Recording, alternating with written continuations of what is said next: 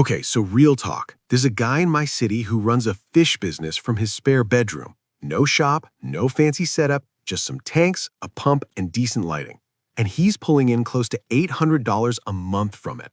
I thought it was a joke when I first heard it, but then I looked into it, and honestly, it makes complete sense.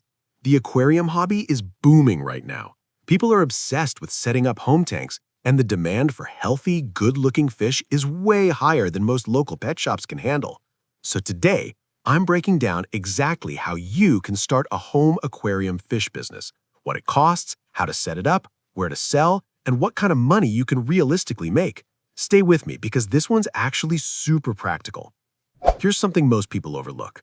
The global aquarium market is worth billions, and a large share of that comes from hobbyists buying fish, plants, and accessories for their home tanks. And these people are loyal buyers. Once someone gets into fish keeping, they keep coming back. The interesting part?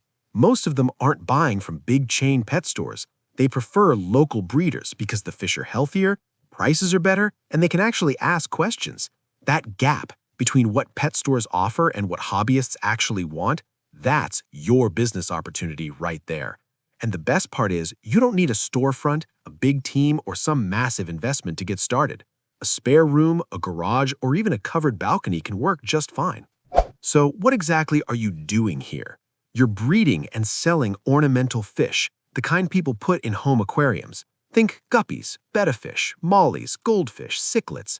These aren't food fish. These are decorative fish that people pay good money for because they look beautiful. You set up breeding tanks at home, let the fish multiply, raise the babies until they're big enough to sell, and then move them to bias. A simple cycle. The fish do most of the work, honestly. You're just managing the environment and keeping everything healthy.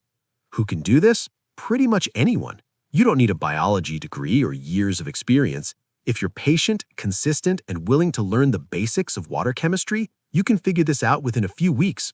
All right, let's get into the actual setup because this is where people overthink it. Start small. Seriously, don't go buying 20 tanks in week 1. Begin with 3 to 5 tanks and 1 or 2 fish species. Learn those species really well before expanding. For your first species, guppies are honestly the best starting point. They breed fast, they're hardy, they come in beautiful color variations, and there's always demand for them. Betta fish are another solid option. They sell for higher prices, but they need separate containers because they fight each other. Now let's talk equipment. Each tank needs a filter, a heater if your room doesn't stay warm enough, a light, and an air pump. You'll also need a water testing kit. This is non-negotiable. Bad water quality kills fish fast and kills your business reputation even faster. For a basic setup of 5 20-gallon tanks, here's a rough breakdown. Tanks, secondhand is fine, around $60 to $80 total. Filters and air pumps, $40 to $50. Heaters, $25 to $30.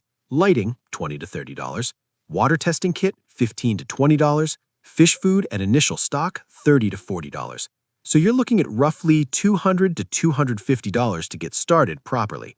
If you buy secondhand equipment, and there's always good stuff on Facebook Marketplace, you can bring that down even further.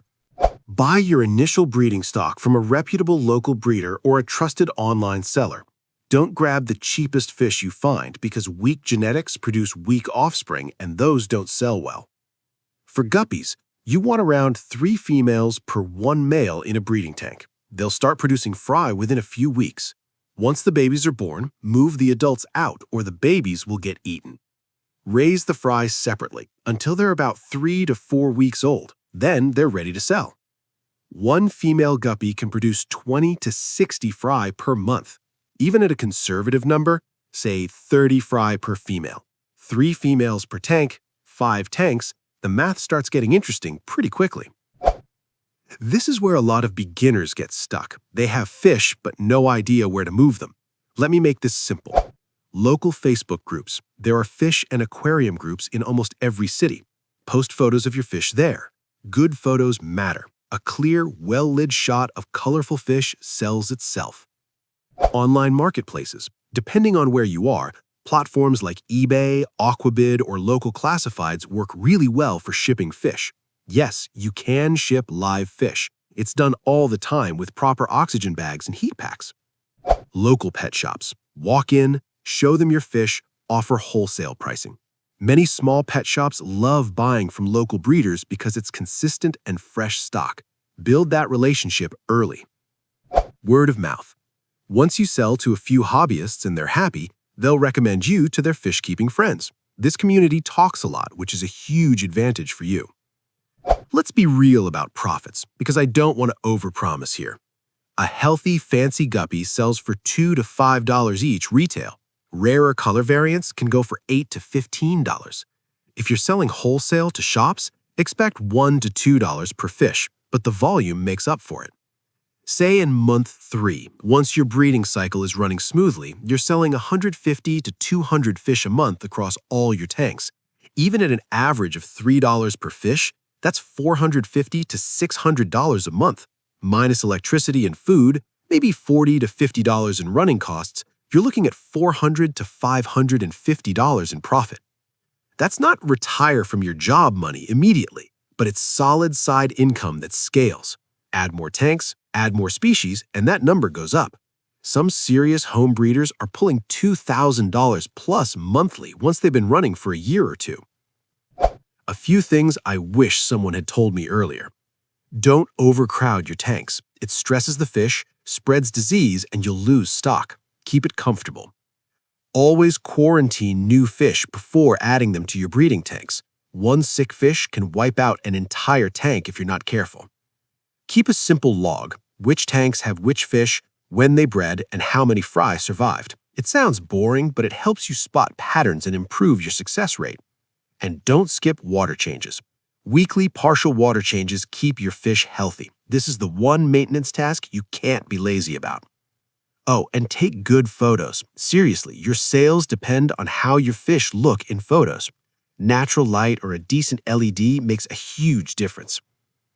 Here's my challenge to you. Spend the next 48 hours researching one fish species, guppies, bettas, whatever catches your eye, and figure out if you have the space for even 3 tanks. Just 3, that's all you need to start. The people making money from home fish businesses didn't start with a perfect setup. They started with a few tanks and learned as they went. The aquarium hobby community is also incredibly welcoming. There are forums, YouTube channels, and local clubs where people literally give away advice for free. The opportunity is sitting right there. The question is whether you're going to look into it or keep scrolling past it. Drop a comment below telling me which fish you'd start with. I'm genuinely curious.